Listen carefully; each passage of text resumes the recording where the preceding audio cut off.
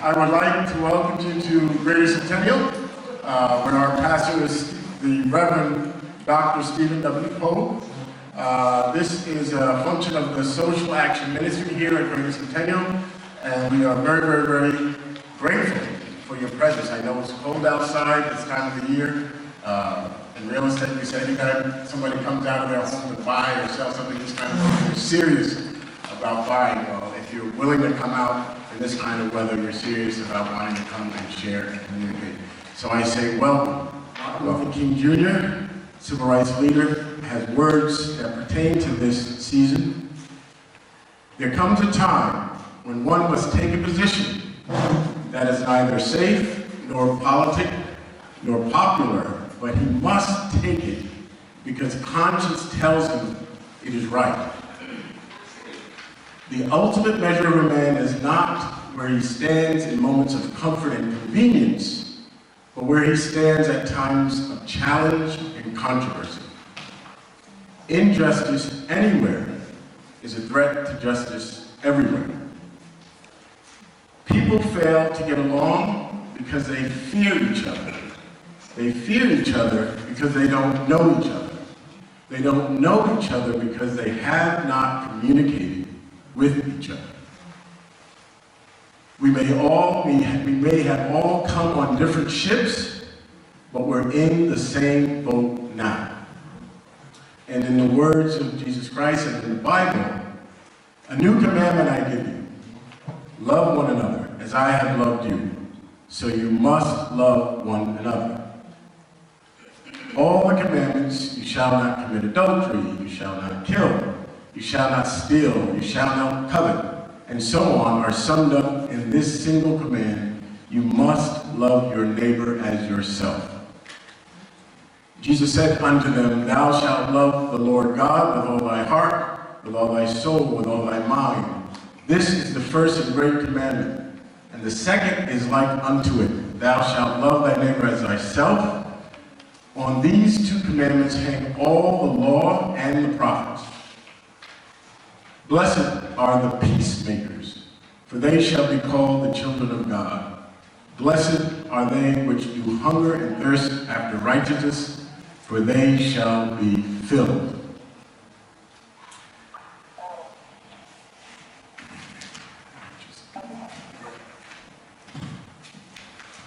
We are here today for a number of reasons. By definition, a community is a group of people who share the same geographic area or people who share similar interests. In light of recent tragedies that have occurred between members of our community and the police, and in light of the current unrest in this country which has led to mass protest, in light of the belief that Black lives don't matter, we as a community have gathered together to have an opportunity to talk, vent, strategize, and communicate with each other, to learn exactly what perceptions, feelings, expectations, and ideas we have concerning this very serious matter that affects us all. We've invited seniors, youth and adults, parents, politicians, business owners, clergy, and police to engage each other, to gain insight about each other, to ensure we're all on the same page with our beliefs and our understandings. So that's kind of the proposition and reason why we're here today. So just a few housekeeping issues. Cell phones, if you can put them on vibrate or silence them. A series of questions to the various community members. We're gonna then have a presentation from the police, a 5-point presentation on community development and relations. So that will follow this round of questions, and then there will be questions after that that you can pose directly to the members of the police.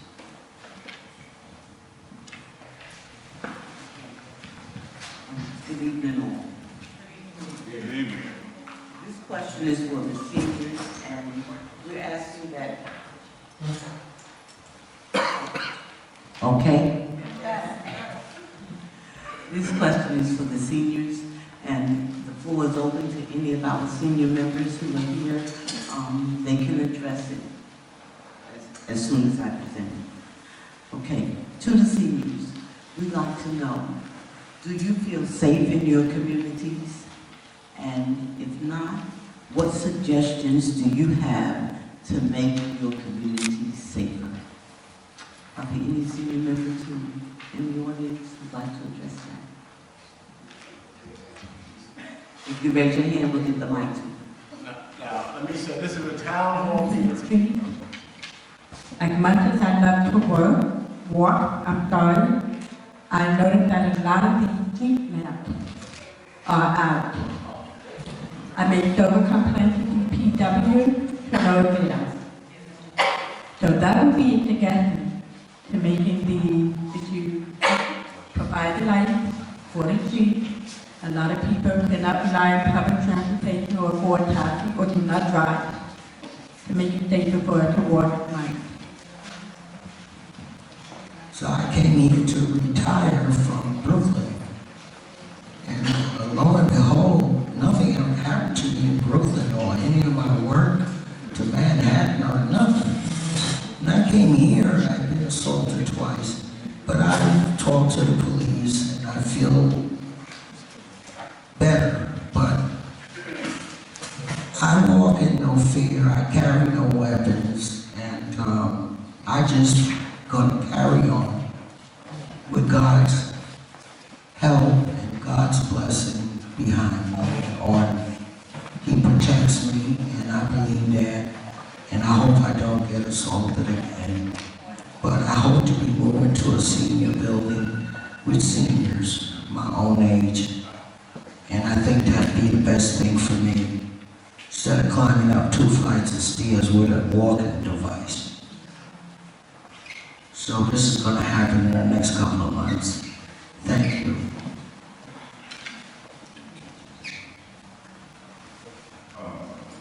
I commend the commissioners from coming out here, but for us to have a real honest conversation, we need actually our elected officials from City Hall need to be here also too, because they follow orders that come from the city council and the mayor.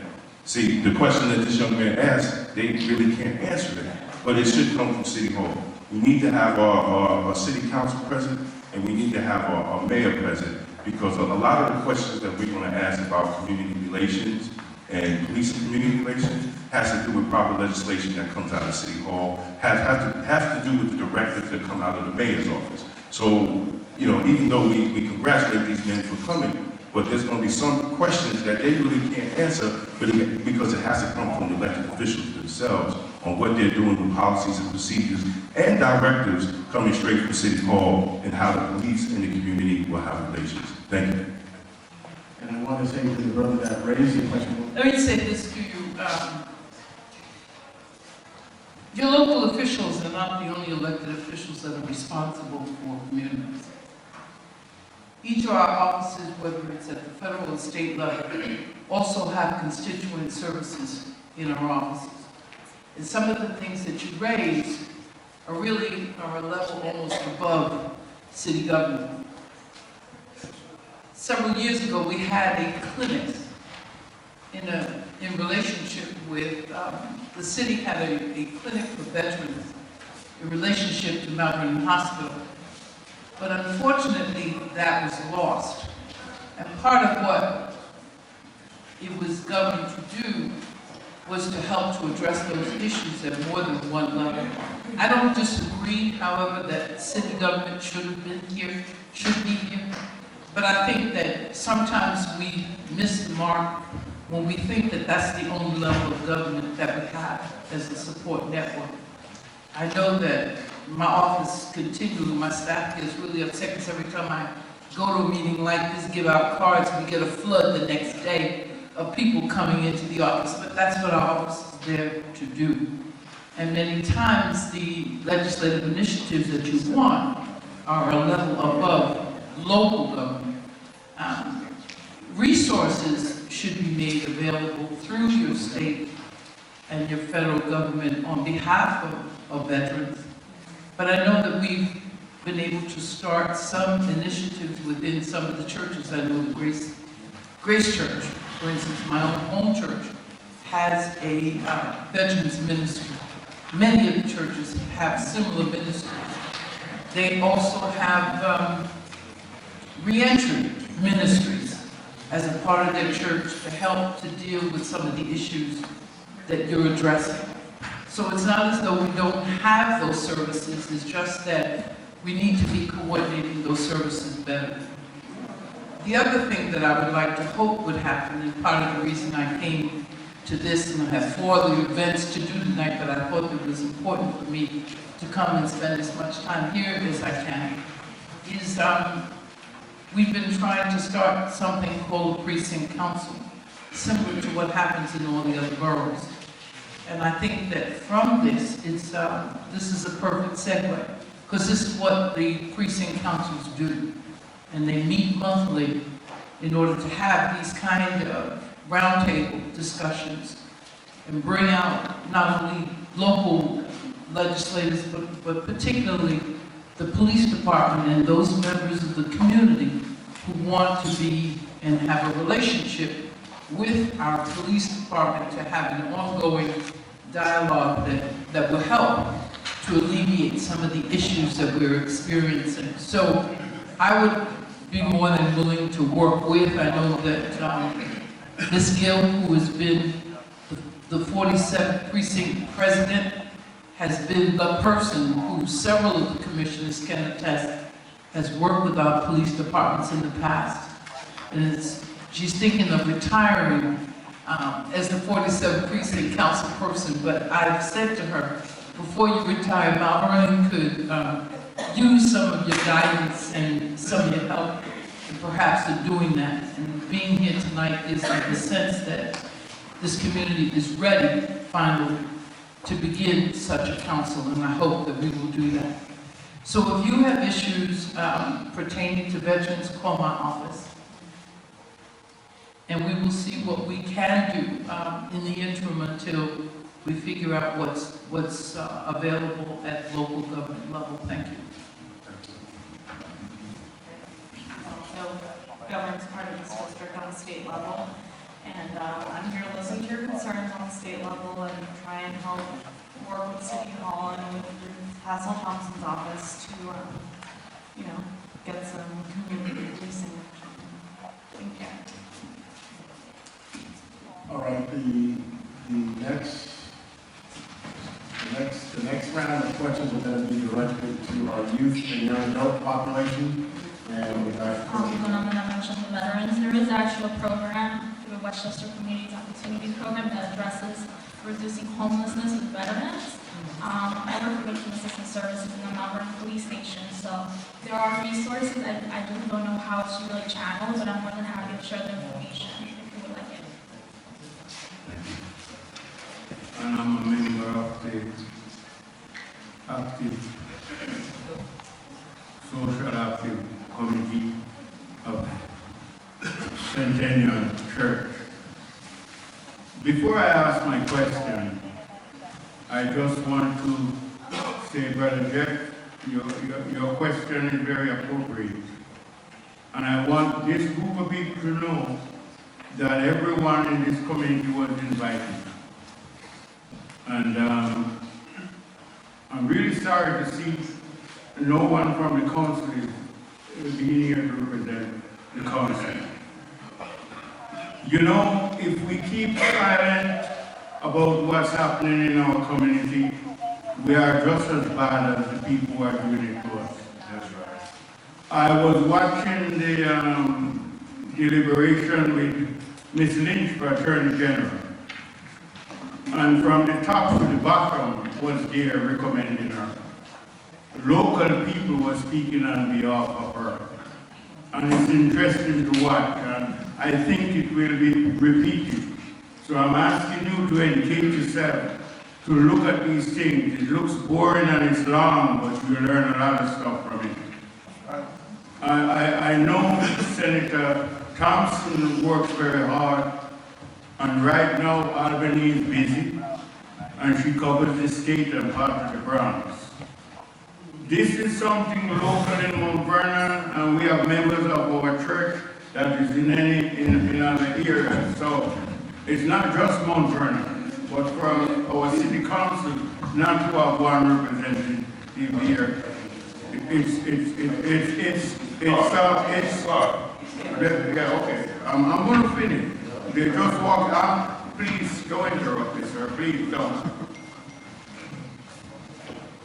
You're just telling me the president just walking now. Before I was speaking, there was nobody here.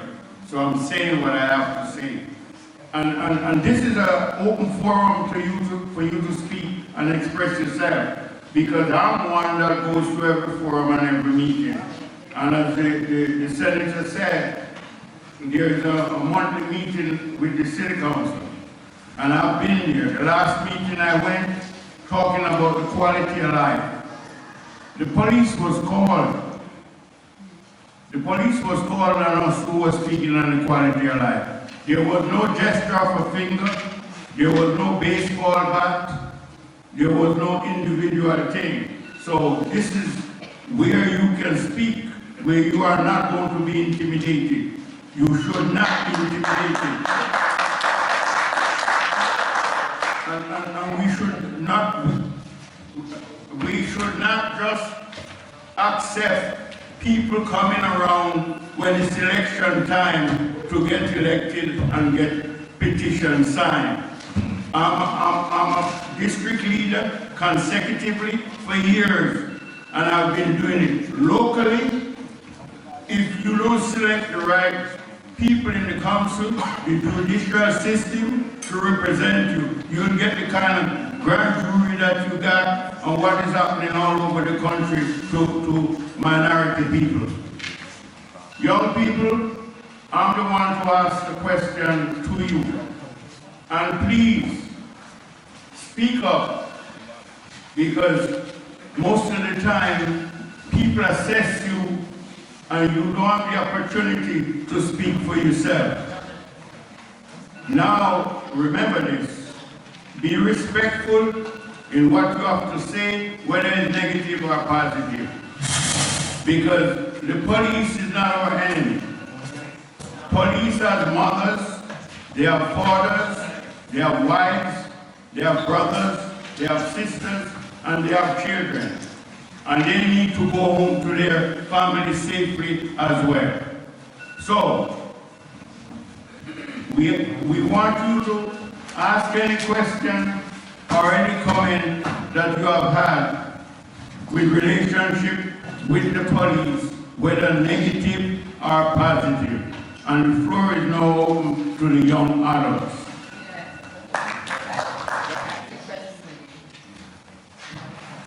And I remember you coaching my games too. Some of them calls I wasn't agreeing with you were right. Basically what he was saying is all true. What I see is a disconnect with the youth, because I work with them all day long, is that they don't know who you are. Explain to the good kids who you are, the point of view is going to be totally different. Back in the day, we used to walk the streets. I think we need to walk the streets a little bit more as police officers and get to know the community. When I was a kid, I knew every cop in my block on the beat. And I never did anything wrong, and I never feared you because I know who you were. Today, a lot of the kids fear you. And the fear comes from the unknown. You know, and I try to instill in my programs with all the youth is that they're not your enemy. Okay, they're your friends. Like I always say, a person that you don't know is just somebody, a friend that you haven't met. So it just takes time to introduce yourself, so this way they can become more comfortable. I'm a member of this wonderful church, so glad to have you here. My concern, I'm totally against the hoodies, the pants down to the kneecaps. I'm totally against that.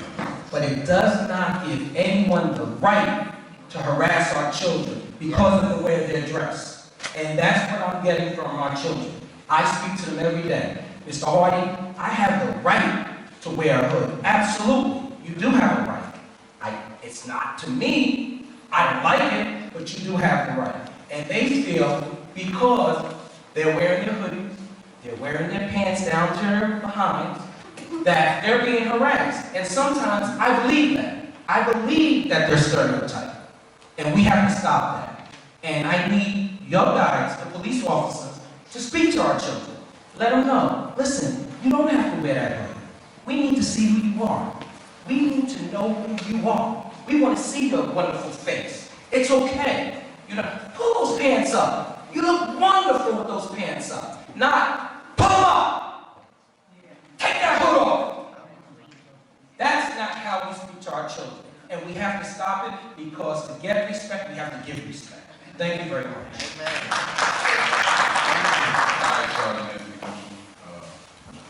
Got married in this church, raised in this community,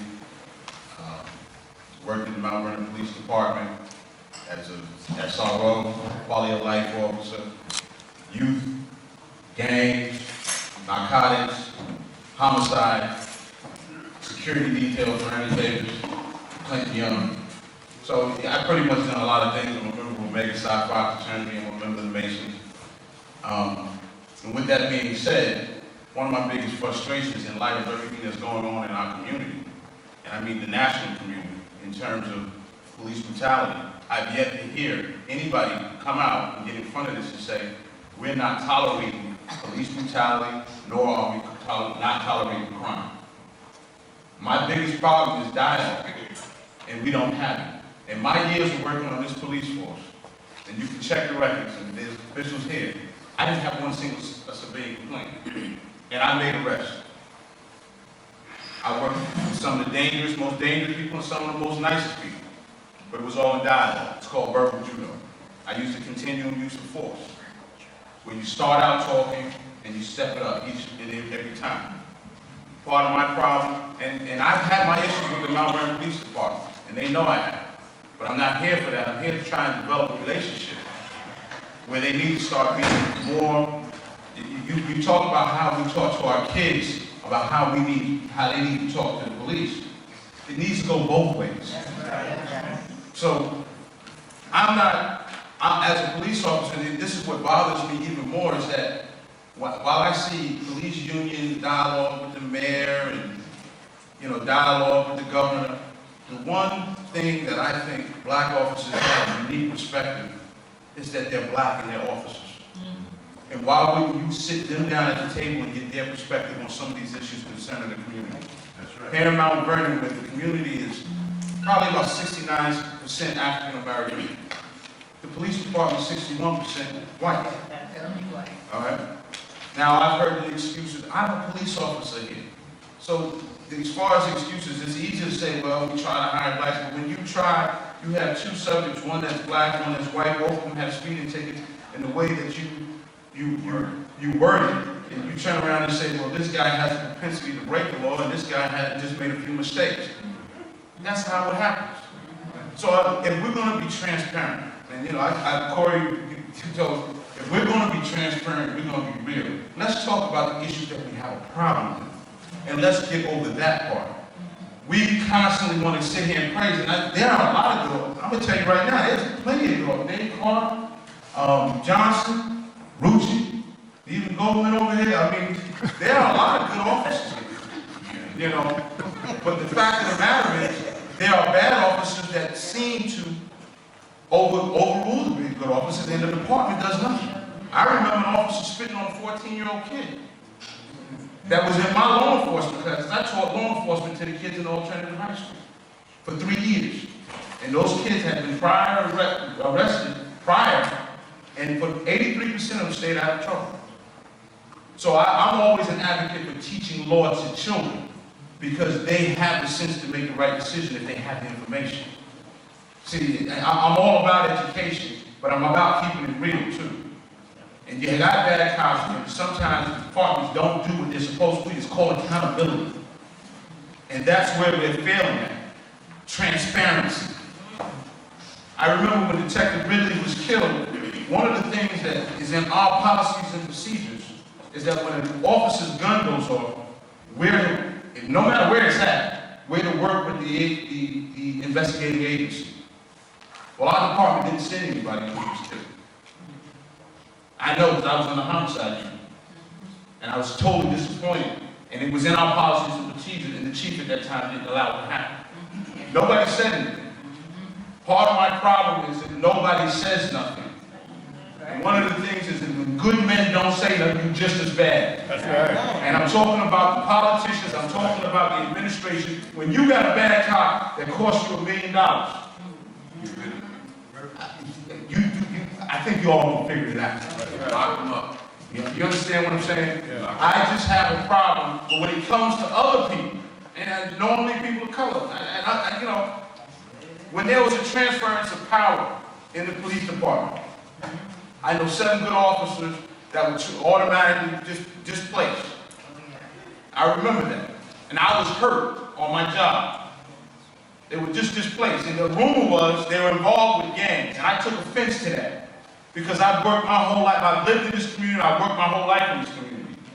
And for you to turn around and say that I've been involved with gangs as a black officer, they didn't say black, they said Mount Vernon residents. Now I'm a resident here. I vote here, and I'm gonna let you know about it. And I'm gonna tell you now, when it comes up to elections, you're gonna hear my voice loud and clear. But when you sit back here and you make these accusations, and then here we are 2 years later,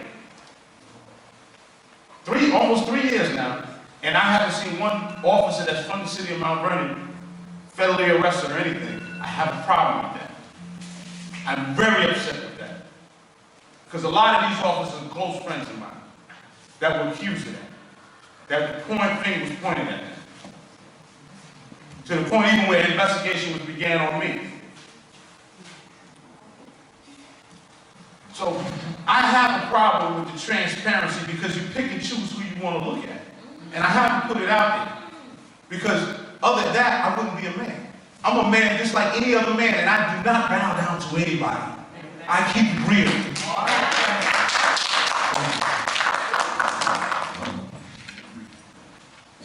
This right here is a community meeting. We here, we just have one church here. A community meeting should have everybody. These guys need to see numbers. You understand? Let them know that we're not playing. This is a black community, a black town. We need to be policed by black people. I've been in a lot of black towns where police forces are legitimately black. We being policed by white folk, white people, no offense, that don't live here, they don't know us, they don't care about us. We need to be policed by people that understand us, understand our culture, understand us as people, not just the youth, but adults too. We speaking on respect. We want our youth to respect the police when all they see is negative press. All they see is police beating us down, shooting us, killing us with no consequences. How they gonna respect it? I know I have a hard time doing it. And the night you said, I don't have nothing against them, but this thing is need to be corrected.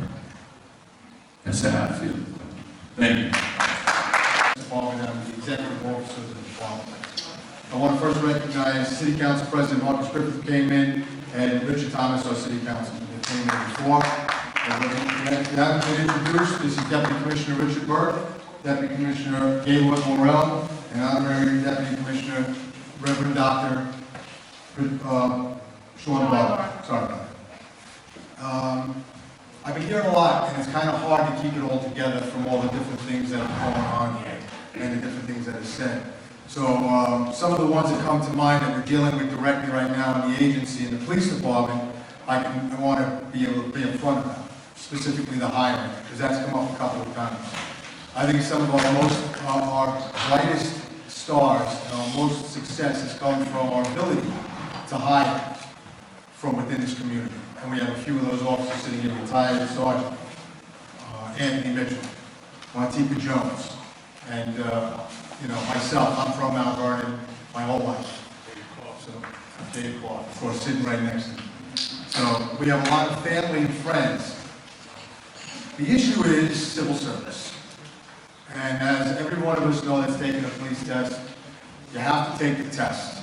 And you have to get on the list, you have to pass it. And after that, there's a couple more steps that go on. Psychologicals, medicals, and agilities. And then after that part comes up, then comes the part where you get to the interview that Sergeant Mitchell had asked about. I happen to be in a position now where I'm involved in that process.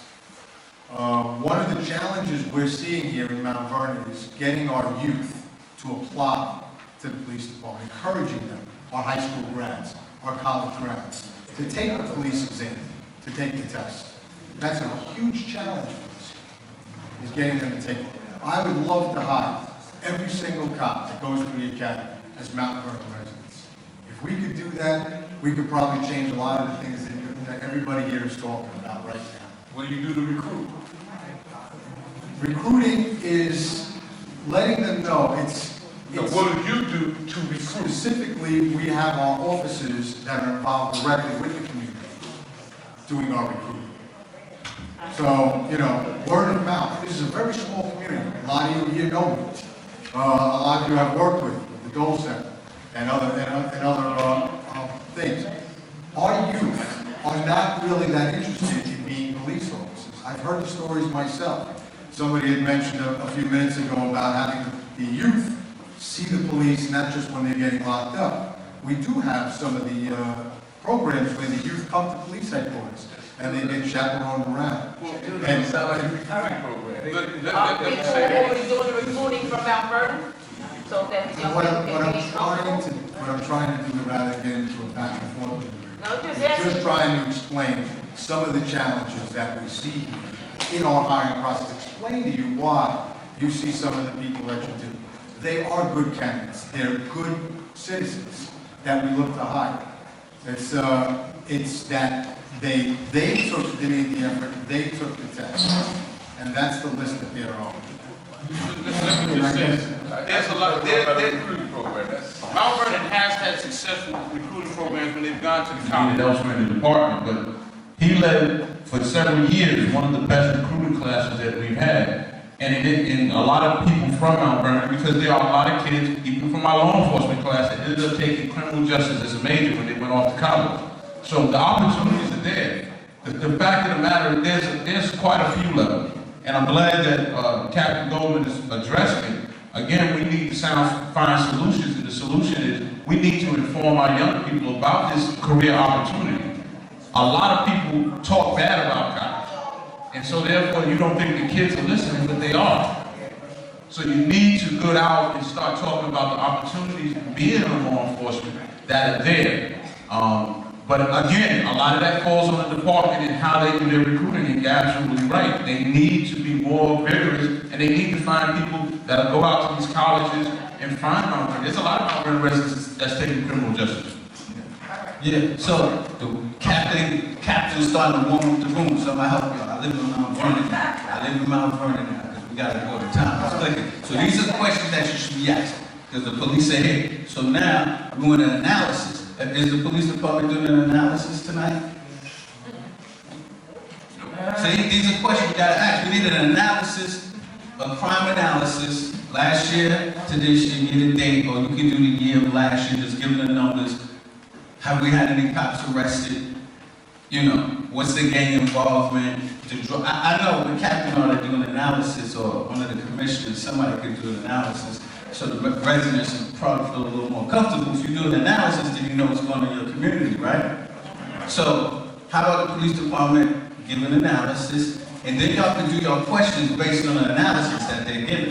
How many civilian complaints do Mount Vernon Police Department have? Do they even have a civilian complaint review board? Are they entertained when you call and say, I was harassed? Are they jotting that down? These are questions that you gotta ask in these town hall meetings. All right, so here, take the mic, and hopefully we get an analysis, and then that's how you go when you have the town hall meeting dealing with the police.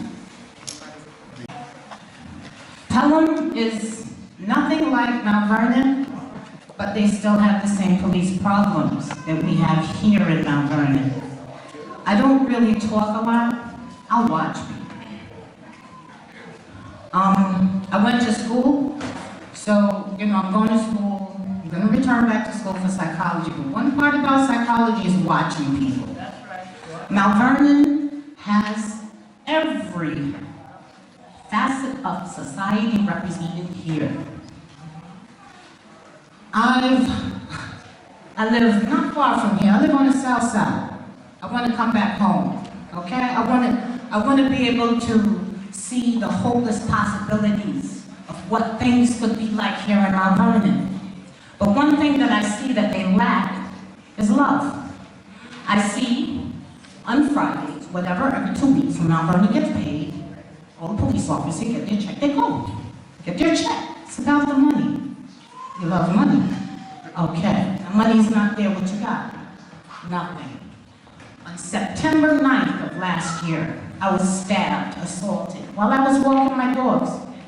I called the police officers, and I believe it was unconscionable for me to hear the officer say that I initiated a fight, which I didn't.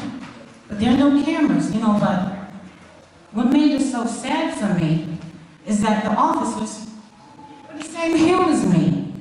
Oh my goodness. I have a lot of friends in law enforcement, whether they be lawyers, whether they be psychologists, whatever. One thing that Mount Vernon needs is cultural sensitivity training. They don't have that here. I know Mount Vernon, Yonkers, certain parts of New Rochelle, they supply the prison industrial complex. I read the stock. I go online and I see exactly what the prison industrial complex does. Mount Vernon feeds.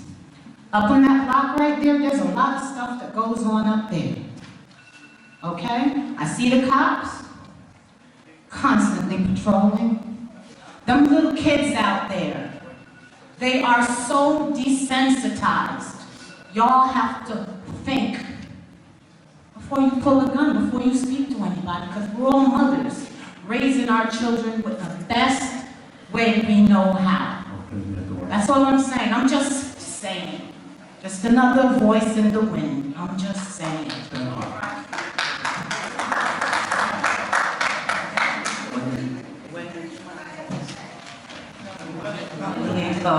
Like I was on November 29, 2 days after Thanksgiving. I cannot give you everything, but I just want to draw and point and paint a picture for you of what happened on November 29th at 5:30 to 5:40 early in the morning. And early in the morning, on that morning, the police busted in or busted through without a no-knock warrant. It was a warrant, but it was a warrant for somebody who was my nephew. We all can get some knuckleheads in our family. I got one. Okay, he does his thing, however he does it, when he does it, but he does not do it at my mother's house. Included in this geographical local area and community of Mount Vernon is Levister Towers. My mother lives at 70, which is a fast drain, 5A, and maybe you know about it, okay? You should, all right? But that morning, okay, after Thanksgiving, myself, my brother, and my mother was in the house.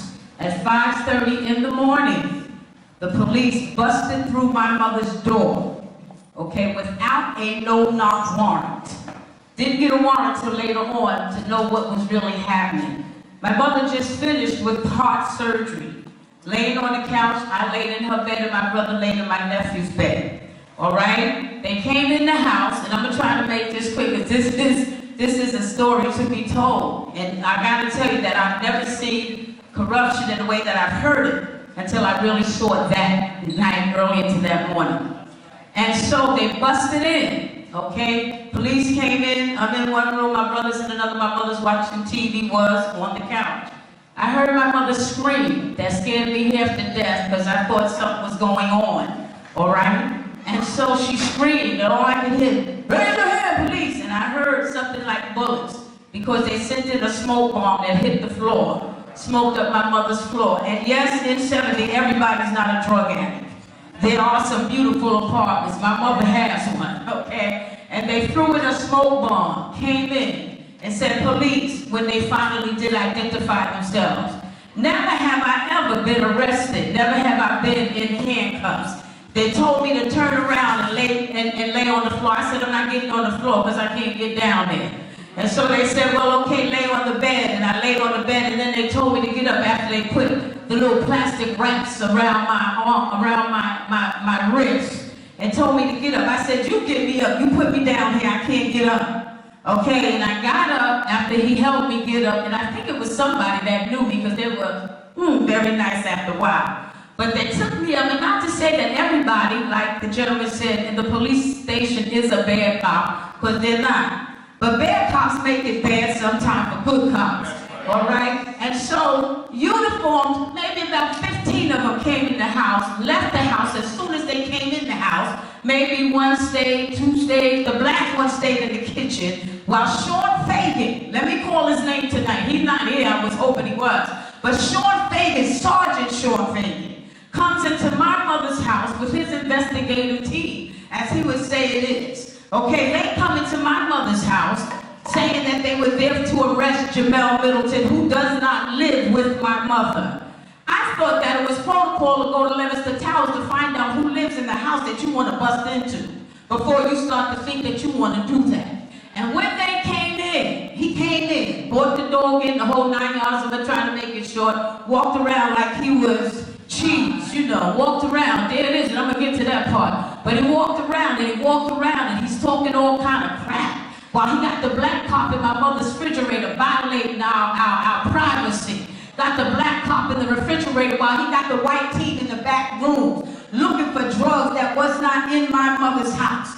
I'm in my mother's house all the time with my siblings, as was my brother, as was my mother there. And they go to the back room, y'all, and I can't even get this out of my mind every day. They go to the back room, bring in the dog to search the house. The dog came out and found nothing. Here comes Sean Fagan. Sean Fagan, y'all got that? Sean Fagan puts on gloves and said they didn't do the search the right way, so we're going to do it again. They went to the back rooms and literally destroyed my mother's house. Literally picked up lamps and broke them purposefully. It's one thing to do due process, but it's another thing when you go above it in a negative way, because you came to get pluses that you didn't get that morning. And you came to get somebody that didn't live there. And so when they came in, they just did everything that they did do, which was destroy it. And to make a long story short, they checked everything. They had us sitting in the front while they were all in the back ransacking my mother's house. And what happened is that they took my brother's pants that they could find, emptied them out, $15 came out, and he said, you know, I can take all of y'all to jail. I said, well, take me, but come correct. He said, no, I'm going to take him, meaning my brother. He takes my brother out and takes him, to make a long story short, to the police station. And when I get word, I go down there, and he says, look, you bring me Jamel and I'll release Kevin. And so I said, excuse me, because I asked for the sergeant of narcotics, and he came down and said, here I am, it's me.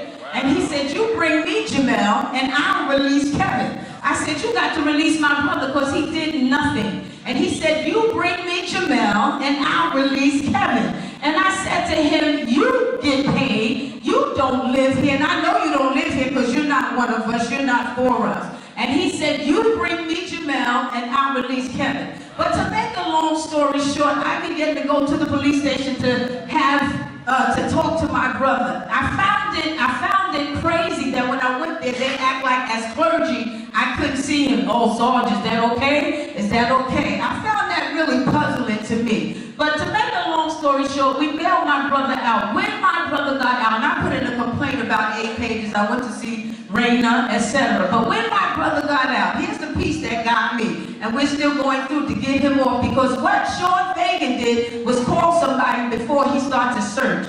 And when he came back, he said, oh, I found this, which was a little bit of whatever it was, sugar, salt, I don't know what it was, wrapped up in saran wrap. I said, you a liar. I said, you didn't find that in my mother's house.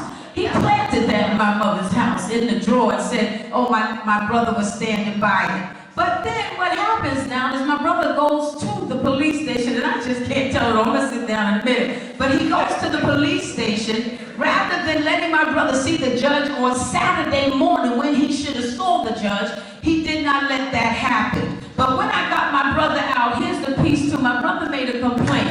That he said to my brother, listen here, he said, if I was Officer Darren Wilson, I would have pumped more bullets in Michael Brown than they had done. And he told my brother, let me tell you this piece, that the minorities in this community have no voice. And he said, and go back and tell your sister she's not God, that I am God. Why is she trying to act like she's God? He said, tell your sister I'm God. And so we got him out, bailed him out, had to go back to court. He made up something that Monday morning. But the warrant read Jamel Middleton, not Kevin Middleton. And so my brother is now trying to fight to get out. And he said, look, see if he ever been to jail. He looked back to 1988, brother's been clean. 1988, he said, I'm going to put 10 pounds of cocaine and say that's what you did and send you to life for prison unless you bring me Jamel. Because when he showed us something, it was this small, but he said, I'm going to make sure you go for life if you don't get me Jamel. And so here it is, y'all, that we do need, as many of you are saying, people in this community that can relate to us. Okay, and I said to him, you're not from this community. He said, you're right, I'm not. And so the thing is with the cops here, not all of them are bad cops, because I know a lot of them. But there are things that's going on in our community that we must bring to the table, and I can't tell it all, and that we must stop. Because all of it is, some of it is Ferguson, some of it is New York City with the young man in the hallway, and some of it is some of the other people, Shoreville, etc., even in Mount Vernon. Okay, and I applaud those that are doing your job. And I can't tell it all, but God bless you. Brother, for nothing, he did nothing but this is my brother for Thanksgiving. It's being investigated by our internal affairs people. Responding to what you're. That don't sound right. No. Thank you. And it just makes me very concerned that it is not activated. I mean, There you go. I'm really standing here struggling trying to figure out some things that are so basic that just deeply disturb me, you know. And yes, I watch Ferguson, but before Ferguson, I watched the police in the Bronx follow Ramarley Graham into his house and shoot him in the back. Right. You know what I'm saying? Right in my district. And then interrogate his grandmother in the police precinct. I mean, the commander has the elected officials downstairs in his office talking to us while the police are interrogating his grandmother for 10 hours upstairs, refused to give her medication or a glass of water. You know, so, but if we fail as a community to insist that the things that are in place be activated, having more laws is not going to do what we need to do. When I said earlier that I had hoped that out of this meeting would come something ongoing, I would like us to come away from the people who are, you know, don't worry about the police department doing their strategies and their statistics. We have talent and skill. Do your own statistics. And present those as policies that you think that the city council or the state needs to be implemented. Policy doesn't come out of our heads. It comes out of yours. It comes out of your requests. And when black communities, and I'm going to say black communities, because they're different. We are different in the way we behave than other communities. I've been in the state legislature representing you for 15 years. And I watch when those white legislators come, and I know that what they're doing is a knee-jerk response to something that somebody in their community has said must become a law. And they are criminalizing behavior based upon one incident. And we have catastrophic incidences across this country. Amen. And nothing is changing. Amen. And so we can march, and God knows I believe in marching. We can protest. I believe in protest. But I didn't go to the state legislature to protest and to march.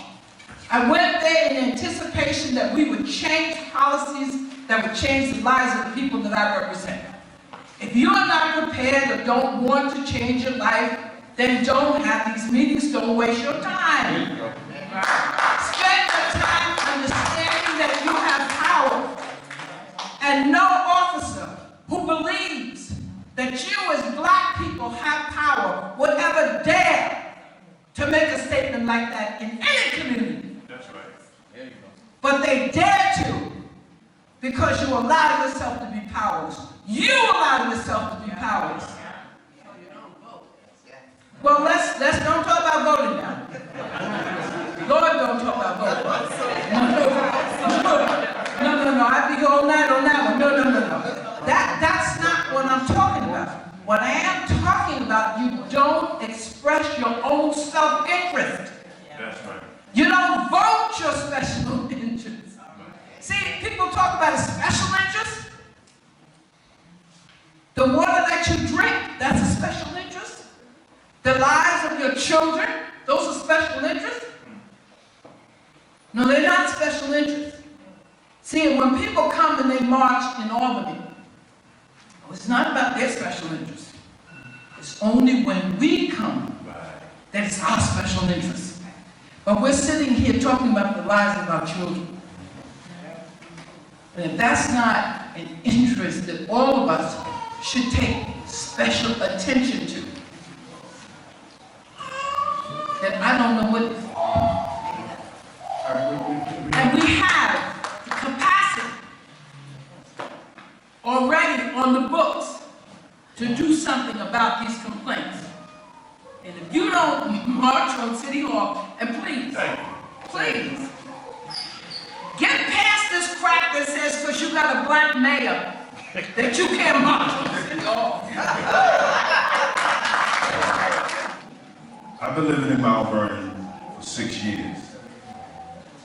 I've been all over the country speaking about police accountability, policies and procedures training.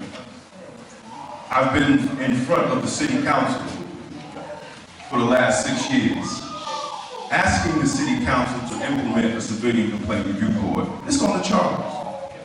See, no other institution will allow any employee to cost them $1 million. He couldn't work for Apple, he couldn't work for Google, he couldn't work for IBM, he couldn't work for any place and cost a company $1 million and still have his job. But only in Mount Vernon where the officer's going to cost the city $1 million of our money. See, it doesn't come out of his pocket because when he retires, he still gets his pension. We got to understand how this thing works. It comes out of the taxpayer dollars. And if our elected officials who was elected by the taxpayers are not going to put policies and procedures in place to make sure that that doesn't happen, then there's a problem. It's already on the books. We're fighting White Plains to get them to do it. We're fighting in Greenberg to get them to do it. Paul Finer has no problem. We're going to make that happen. Roach has no problem. We're going to make that happen. We was in Yonkers the other night. They don't have no problem. They're making that happen. But guess what? Mount Vernon is the only city that has an inner city charter, and they're not making it happen. What is the problem? To put it together. I don't understand. I really don't understand. The mayor said he was going to do it. He gets elected. He don't do it. The city council has the problem. You have the power to put that together. So what happened to this system here will never happen again. Come on, we are a city supposed to be governed by black folks, and we know firsthand what happens with us with police. Firsthand. Black law enforcement too, because when I'm not in uniform, I get pulled over in racial profile. Now, when we talking about we want to get more young black kids on the force, we can't until we address the issue of accountability. My wife is a detective, I'm a correction officer, and our 2 kids don't want to have nothing to do with the institution because what they go through being out on the street, being as youth. So how are we going to get the kids that's qualified to score high on the test? Because the college-educated kids, they're not trying to be law enforcement because we are failing as adults to have the whole accountability. We are failing. They don't like the system. They become educated up to But that's it. But what I want to say is, as a city, since it's Senator put it there, let's make it this year, brother, because see, you are the, I've been through all the city council presidents. You're the newest one now. Because I've been through all of them, and they ain't done nothing but just shake their head yes and talk about you need to bring solutions, and we bring solutions to the city council, they don't do a damn thing. So, brother, it's on you, brother. Citizens are treated differently. Citizens. That's been clear. It's been vocalized here tonight. What we do in Mount Vernon is we try to teach our young officers. We understand that we have a different type of police department. We have a lot of challenges. We have a lot of young officers. We have a lot of officers from outside the community, as some people pointed out here tonight. And what we try to do is teach respect. Respect goes both ways. Courtesy. Do you have to be respectful to the police? Is it demanded? No. Is it decent? Is it courteous? Can it go both ways? Can we be respectful to our community? Can we be respectful to our neighbors? Can we be respectful one-on-one? These are demanded by our administration. This is demanded of all police officers. Now, of course, police officers are people. Maybe they fall short at times. Maybe they get angry. And maybe they don't act well. And that's why we have our civilian complaint form. And that's why we have a process that's in place. And we review them, and we look at them, and we deal with it through training with discipline. Now, I'm going to turn the mic over to Honorary Deputy Police Commissioner Sean Gardner to discuss the 5-point plan.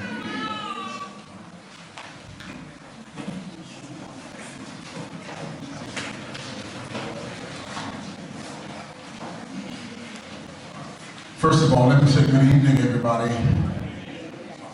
Right, we do recognize the eminent and esteemed pastor of this church in his absence, and to all of the elected officials who are here tonight, also recognizing Commissioner Berger, who's coming through the door now, as well as Gaylord, and to all of the officers and members, respective brigades, I saw you here somewhere, and very fine members of this community.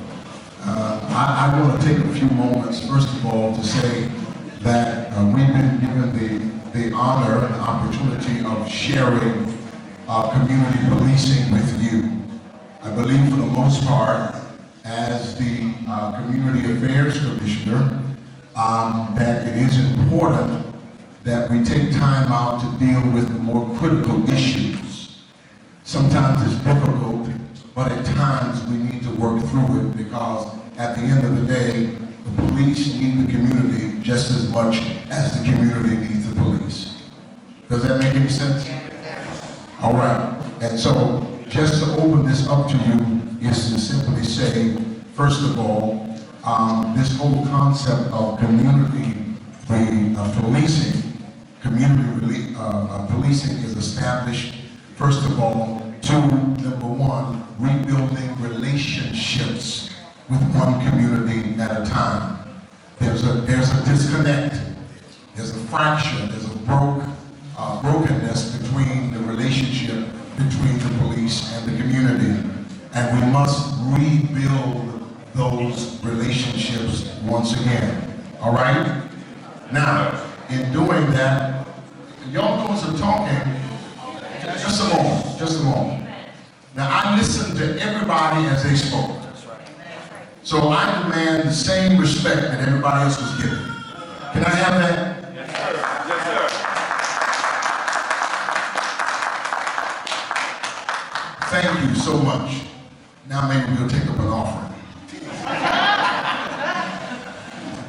The introduction of this presentation and its 5 points, its a mission of what community affairs is, the vision, the goal, the objectives, and some current initiatives that will come forward as we move along.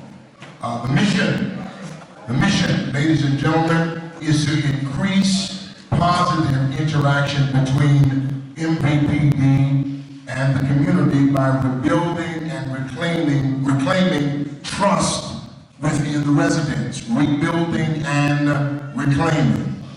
The vision is to effectively educate, somebody say educate. Educate.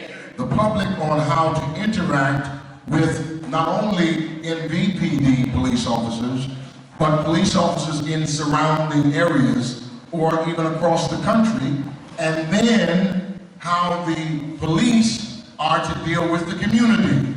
It's a twofold plan, because the problem here is not only what the police are doing. I like to say this simply because there are many things that are going on in our community that we don't hold the community accountable for. Am I making any sense? And so it establishes, it goes on both areas. The goals are to create youth and community programs. Start with our young people. I heard 2 or 3 people, as well as the senator, talk about the PAL program. That's one aspect. We talked about the Explorer program.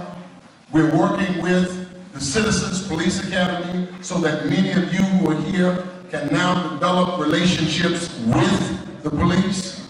We have putting forward an initiative where we're dealing with the clergy liaison with the Reverend, so that we can have the local pastors who are in the community involved as it relates to what the police indeed are doing. The long-term plan is to find, and this is it, and this is really for the city council and the elected officials. The long-term plan is to find funds necessary to implement a lot of these things. Programs needed to train and educate our community and officers. How many of y'all in here believe that not only do the officers need to be trained, but many of us in the community need to be trained as well?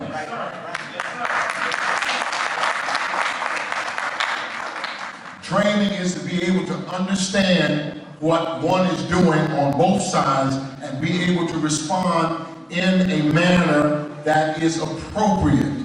Most of the time, at the end of the day, when we don't agree with something, we ought to be able to go to our legislators, we ought to be able to vote, we ought to be able to change the dynamics of what's around us as it relates to things that are before us. All right? But that's going to come through the Senate, it's going to come through the mayor, it's going to come through the city council, it'll come through grants and funding, it'll come through our police commissioner and his staff, it'll come through community clergy, residents, volunteers, and even interns. We need everybody to make this work. Are you there? What have been the current initiatives that we brought forward? First of all, introducing myself and introducing the staff to residents and to the community and city officials and faith-based institutions. We have knocked on over 300 businesses, door to door, talking to the business owners on Gramerton Avenue, on 4th, on Stanford. The list goes on and on and on to now establish a rapport with them. Someone said something about not knowing who your police are. Well, this mayor and this police commissioner is now saying, let's go and instead of you coming to us, let's go to you. Let's now stop at the doors, let's give you information, and let's develop dialogue so that we can now, in meetings like this, we can accomplish some things instead of just a whole lot of hot air. Y'all understand what I'm saying? Because if these meetings continue to go on and we're not resolving anything, all it is smoke and mirrors. And we want to resolve some things. We want to make sure that your issues are resolved. We want to make sure those who are here are resolved. And we've got to do that together. Amen? Showing police presence and rally events and public and private, involving ourselves.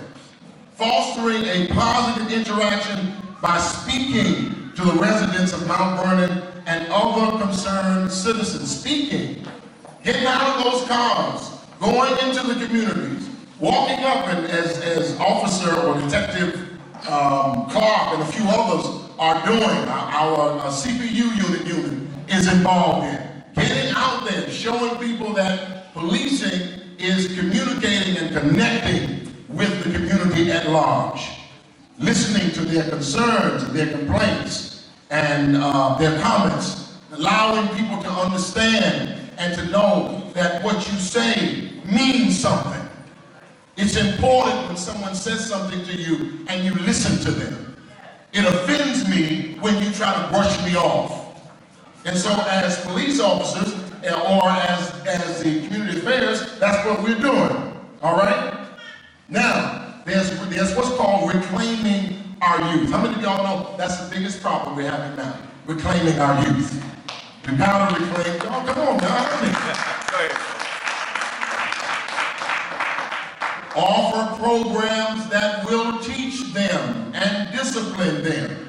A lot of times, I don't know about you, my son is 2 years in Delaware State University.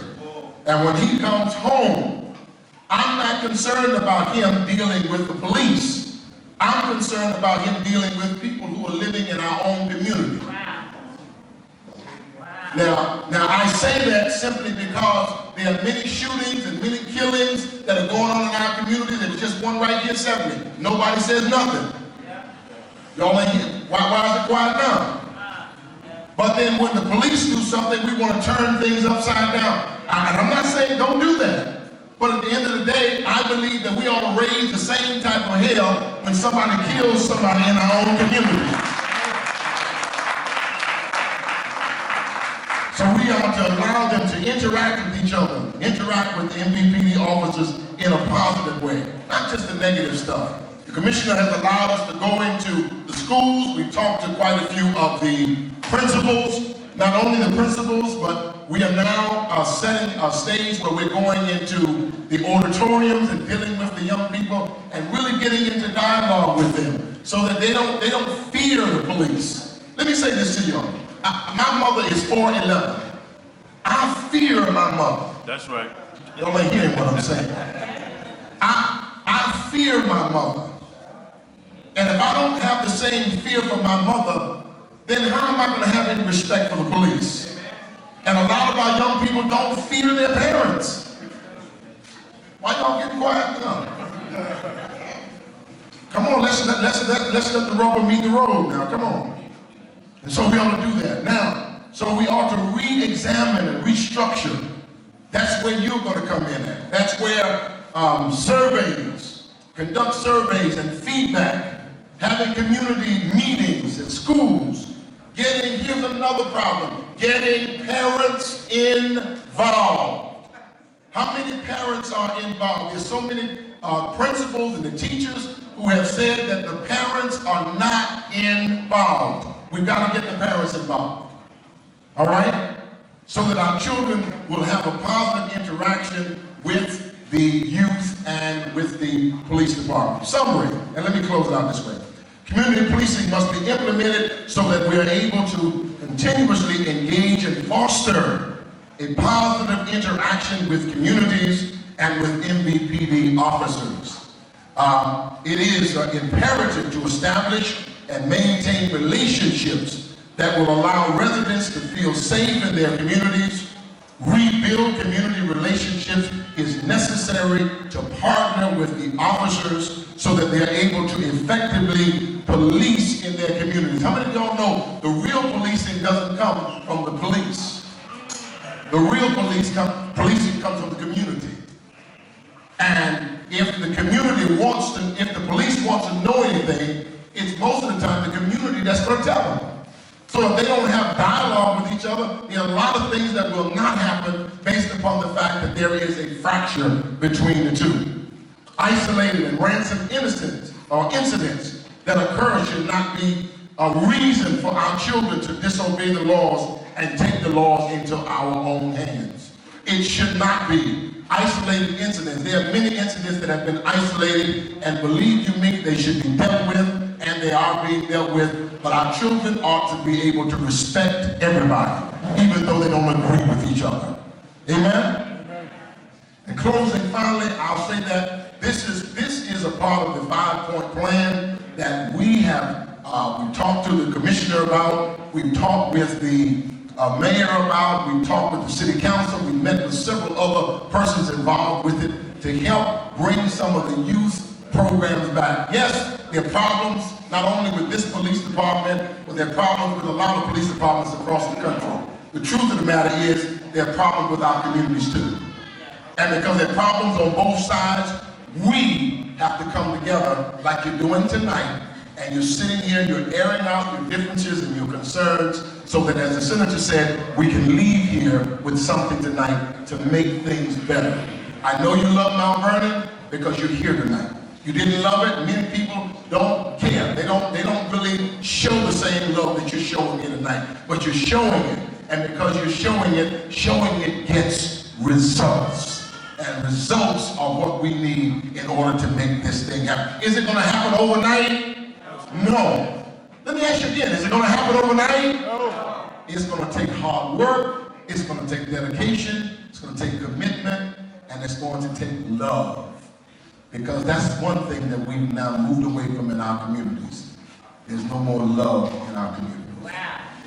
And because there's no love in our communities, people are not concerned about each other like they used to be.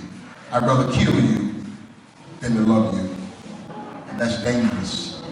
The Bible says, love abideth forever. Love. We ought to have love. All right? So I hope that this presentation is something to help as we go along. Pastor, so good to see you. Bless the Lord. Pastor's here tonight.